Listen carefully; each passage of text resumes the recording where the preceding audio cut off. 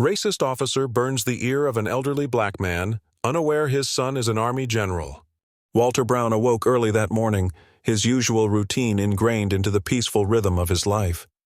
The small, single-story house he had called home for decades was surrounded by the garden he lovingly tended. It was a tranquil retreat of blooming flowers and neatly trimmed hedges, a testament to his patience and care. Despite his age, Walter maintained an active lifestyle, taking daily walks to enjoy the world beyond his picket fence. That morning, after finishing his coffee and jotting a few thoughts in his notebook, Walter decided to take his favorite route to the nearby park. The notebook, worn but sturdy, was a constant companion, filled with musings, poetry, and reflections that gave him a sense of connection to the world. Dressed in a pressed plaid shirt and his old but polished loafers, Walter stepped out into the sunshine, greeting neighbors as he passed. It was a beautiful day, with a gentle breeze and birdsong carrying through the air. Walter smiled as he walked, tipping his hat to familiar faces along the way. After about 15 minutes, he decided to rest on a bench outside a small convenience store. Setting his notebook beside him, he leaned back and closed his eyes, savoring the peace. Meanwhile, Officer Dean Mathers cruised the area in his patrol car. Known for his reputation as an enforcer with a heavy hand, Mathers had earned a reputation in the community, though not for reasons one would admire. His aggressive demeanor and propensity to target minority residents had drawn quiet complaints from locals, but nothing substantial had ever been done. That day, Mathers was responding to a vague call about suspicious activity in the area. He glanced around as he drove, his gaze narrowing when he spotted Walter sitting on the bench. To Mathers, Walter's presence seemed out of place. The polished loafers, the notebook, and Walter's relaxed demeanor inexplicably irked the officer, who saw it as an affront to his authority. Pulling his cruiser to a screeching halt, Mathers stepped out and adjusted his belt. The air around him seemed to shift as he approached Walter with deliberate steps. "Hey, old man! What are you doing here?" Mathers barked, his voice sharp and commanding. Walter, startled out of his thoughts, turned to face the officer. His warm smile faltered at the harsh tone, but he remained composed. "Just resting, officer. It's a beautiful day," he said politely. Mathers stopped a few feet away, his hand resting on his holster as though prepared for a threat. His eyes scanned Walter's face, then moved to the notebook beside him. "This isn't your neighborhood. Got ID on you?" Walter blinked, surprised by the accusation. "I've lived here for over 30 years, he replied, reaching into his pocket and pulling out his identification. He handed it over calmly, hoping to diffuse whatever concern Mathers had. Mathers barely glanced at the card before tossing it onto the ground. Walter watched as it landed in the dirt, his chest tightening. "I don't care how long you've been here. Get moving," Mathers said, his tone colder now. Walter hesitated, unsure how to respond. "I don't believe I've done anything wrong, officer," he said, his voice steady but firm. The response seemed to ignite something in Mathers. His face twisted into a scowl, and his voice dropped dangerously low. "Are you talking back to me?" Walter's hand instinctively went to his chest, not in fear but in disbelief at the escalating situation. "I'm not talking back, officer. I'm just trying to understand." Before he could finish, Mathers lunged forward, grabbing Walter's arm roughly. Walter winced as the officer's grip tightened, pulling him to his feet. The notebook fell to the ground, the pages fluttering as it landed near the ID card. "You don't get to question me," Mathers growled. His voice carried through the street, drawing the attention of a few passers-by who stopped to watch the interaction unfold. Walter, his composure slipping, glanced at the small crowd forming. "I haven't done anything," Walter said, his voice cracking slightly. His free hand gestured to the notebook. "I was just sitting here, writing." Mathers yanked Walter forward, nearly causing him to stumble. "I don't care what you were doing. You're in my way, and I'm telling you to move." The scene grew tense as Mathers's aggression became evident. A woman nearby whispered to her companion, "Why is he treating that man like that? He's not doing anything wrong."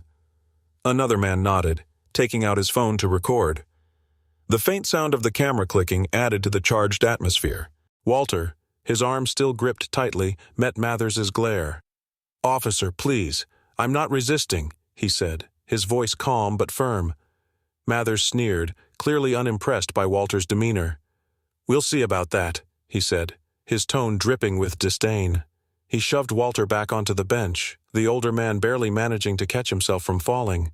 The notebook, now lying in the dirt, seemed to symbolize the violation of Walter's dignity. The crowd murmured louder, their unease palpable, but no one dared to intervene directly. Walter's heart pounded as he watched Mathers pace back and forth, his hand never leaving his holster. For the first time in his peaceful life, Walter felt the sharp sting of unwarranted hostility, and it left a mark deeper than any physical wound. Mathers grabbed Walter's arm again, dragging him forcefully toward the patrol car. Walter stumbled, trying to keep up with the officer's relentless pull. The older man's mind raced, unable to comprehend how such a mundane interaction had spiraled so violently. He pleaded again, his voice trembling with both fear and indignation. "Please, officer, I haven't done anything wrong. Just let me explain." Mathers wasn't interested in explanations. He yanked Walter forward and pressed him roughly against the hood of the cruiser. "You want to play innocent?" Mathers snarled, his face close to Walter's ear. "Let's see how innocent you feel after this." Walter gasped as his chest hit the cold metal. He winced, the edges of the car digging into his ribs. "I haven't disrespected you," he said, his voice cracking. "Why are you doing this?" The officer didn't respond. Instead, he reached for his belt, pulling out a heavy flashlight. He banged it against the hood of the cruiser, the loud metallic clang making Walter flinch. "You think you can mouth off to me? You think you're above the law?" Walter tried to steady his breathing, the pressure on his chest making it difficult to speak. "I never disrespected you," he managed. "I was only sitting on the bench." Mathers' lips curled into a sneer. "You're still talking. Guess you need a real lesson." The officer leaned into the car and rummaged through a compartment, pulling out a small metal lighter. The sight of the object made Walter's stomach churn with dread. He turned his head slightly, his eyes widening as Mathers flicked the lighter, the small flame flickering ominously. "Let's see if a little heat will help you remember your manners." Walter stiffened, his mind racing as he realized the officer's intent. "What are you doing?" he asked, his voice sharp with terror. "This isn't right! Stop!" Mathers ignored him. He grabbed Walter by the back of the neck, his grip firm and unyielding. "Respect is earned," Mathers growled, "and today you're going to earn it." The crowd of bystanders had grown, their murmurs of disbelief and anger rising. One woman covered her mouth in horror as Mathers brought the lighter closer to Walter's ear. Another man, holding up his phone to record, shouted, "What the hell are you doing? That's assault!" Mathers turned briefly, his eyes blazing with fury. "You want to get involved? Be my guest. Let's see what happens." The threat silenced the onlookers momentarily, but their collective unease hung heavy in the air. Mathers turned his attention back to Walter, who struggled against the officer's grip. "Please," Walter begged, his voice desperate. "You don't have to do this." But Mathers was relentless. He pressed the lighter closer, the flame licking at Walter's skin. The searing pain hit instantly, making Walter cry out in agony. The acrid smell of burning flesh filled the air, eliciting gasps and shouts from the crowd.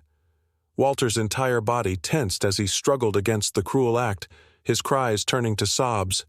"Stop! Please!" he pleaded, his voice breaking under the weight of his pain. Mathers leaned in closer, his voice low but dripping with malice. "Maybe now you'll think twice before disrespecting me." The unbearable heat continued for what felt like an eternity before Mathers finally relented, extinguishing the flame with a flick of his wrist. He released Walter, who collapsed onto the pavement, clutching his injured ear. Tears streamed down Walter's face as he tried to steady himself, his body trembling from the trauma. The crowd erupted in outrage. A man in a construction vest stepped forward, his fists clenched. "You can't just do that. He's an old man," he shouted. Mathers turned to face the man, his hand resting on his baton. "Step back, or you'll be next," he warned, his voice cold and detached. Walter struggled to rise, his knees buckling beneath him. He clutched at the side of the car for support, his other hand covering his scorched ear. The throbbing pain was unbearable, radiating down the side of his face and neck. He tried to speak, but the words caught in his throat, choked by a mixture of pain and humiliation. "You're lucky I'm letting you walk away," Mathers spat, shoving Walter lightly toward the edge of the curb. "Get out of here before I change my mind." Walter stumbled forward, his steps uneven as he tried to make his way down the street. Each movement sent a jolt of pain through his body, but he kept moving, desperate to escape the scene. The crowd parted to let him through, their expressions a mixture of pity and helplessness. One young man stepped forward, placing a gentle hand on Walter's shoulder. "Do you need help? Should I call someone?" Walter shook his head weakly, his voice barely audible. "Thank you, but I just need to get home." As he continued down the road, his heart heavy and his body battered, Walter felt a small spark of resolve ignite within him. He knew this wasn't the end. Someone would have to answer for what had happened, and though he didn't yet know how, he vowed to ensure that justice would be served. Behind him, the crowd began dispersing, but not before several witnesses shared their recordings with one another. Unbeknownst to Mathers, the seeds of his downfall had already been sown. Marcus sat across from his father on the front porch, the sight of Walter's burned ear and the pain etched into his face igniting a fury he hadn't felt since his days in combat. His father, a man who had always exuded dignity and grace, now seemed small, broken, and humiliated, a shadow of the person Marcus revered. "Dad," Marcus said, his voice trembling with restrained anger, "you need to tell me everything. What happened, step by step?" Walter hesitated, his eyes falling to the ground. "It's not worth all this, son," he murmured. "It'll just cause more trouble." Marcus leaned forward, gripping his father's hand gently but firmly. "Trouble," he said, his tone sharp. "Someone burned you, an officer who's supposed to protect and serve. That's not trouble, Dad. That's a crime." Walter sighed heavily, relenting under his son's unyielding gaze. He recounted the events, his voice faltering as he described the moment Mathers pressed the flame against his ear. Marcus listened in silence, but his clenched fists and the tension in his jaw spoke volumes. When Walter finished, Marcus stood abruptly. "Stay here," he said. "I'm going to make some calls." In his study, Marcus began by contacting his military legal team. He outlined the situation, providing every detail his father had shared. His team, accustomed to Marcus's commanding presence and unyielding pursuit of justice, assured him they would gather every piece of evidence, from witness statements to Mathers' service record.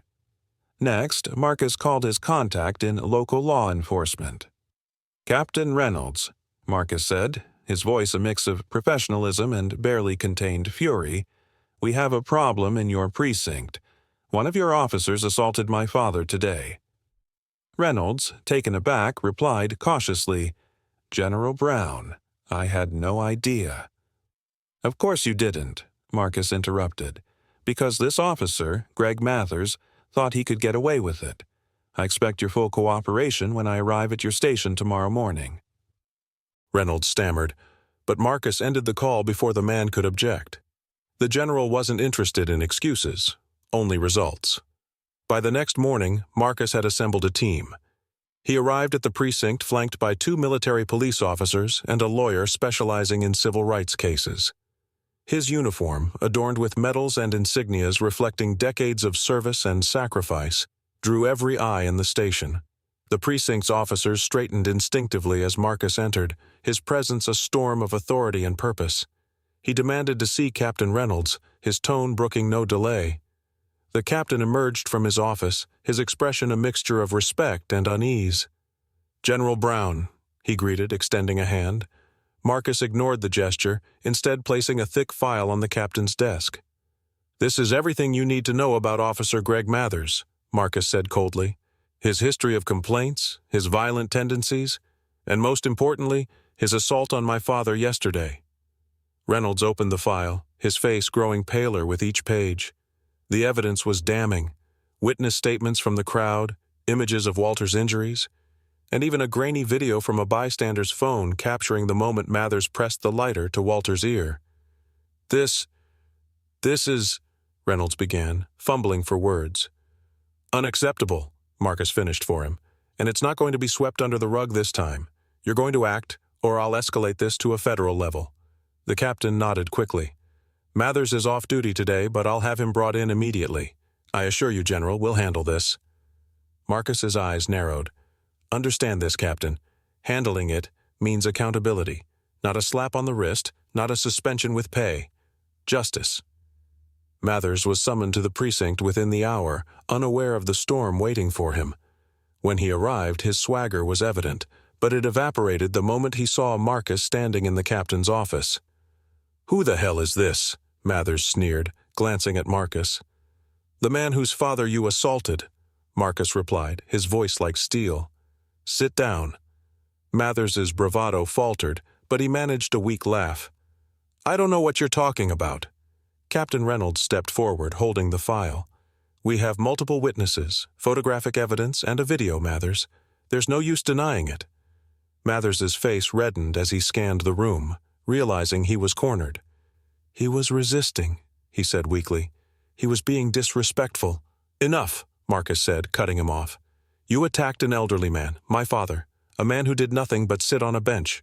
You think that uniform gives you the right to abuse people? Not today." Mathers' bluster crumbled completely as Marcus leaned in, his voice low and deadly. "You'll face the full weight of the law, and you'll answer for every person you've hurt." Mathers was handcuffed and led out of the precinct under the watchful eyes of his colleagues and Marcus's team.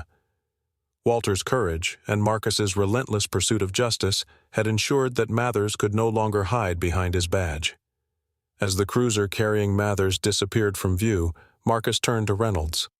"This is the beginning, Captain. Make sure your department cleans house, or I'll do it for you." Reynolds nodded solemnly, fully aware of the general's resolve. That evening, Marcus returned to his father's porch. Walter looked up as his son approached, the faintest smile tugging at his lips. "You didn't have to do all this, son." "Yes, I did," Marcus replied, sitting beside him. "No one gets to hurt you and walk away." Walter placed a hand on Marcus's. "You've always been my protector." "And I always will be," Marcus said, his voice soft but firm.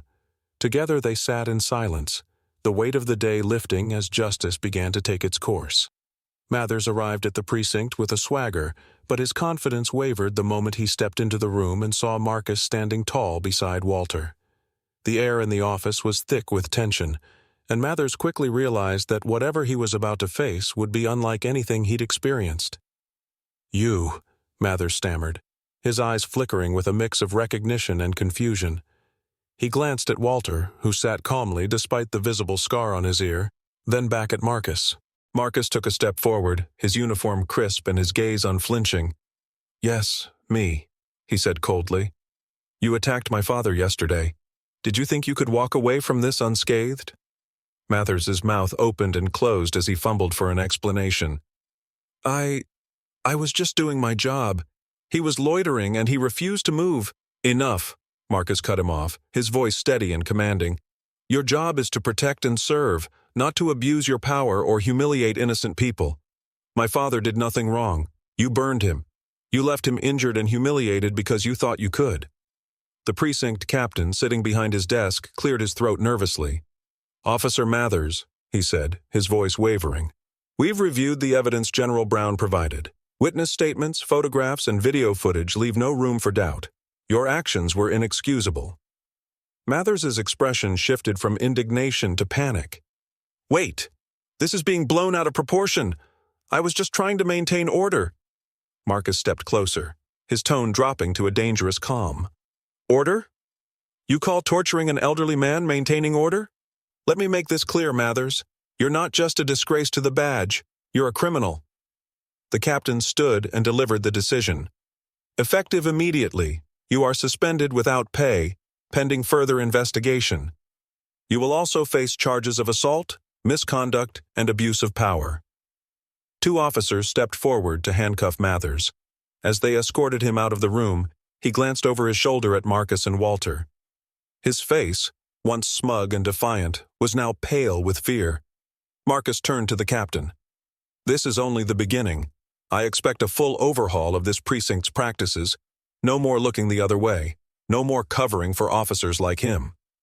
The captain nodded, sweat beading on his forehead. "Understood, General." Mathers's trial became a high-profile case, capturing national attention. The courtroom was packed as witnesses recounted the horrifying events, painting a damning picture of Mathers's history of unchecked brutality. Video evidence sealed his fate, showing him pressing the lighter to Walter's ear as the elderly man cried out in pain. The jury deliberated for only a few hours before finding Mathers guilty on all counts. He was sentenced to prison, his badge and reputation permanently tarnished.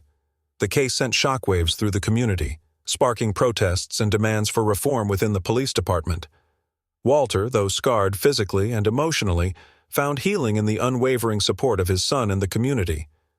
Marcus worked tirelessly to ensure the incident led to meaningful change.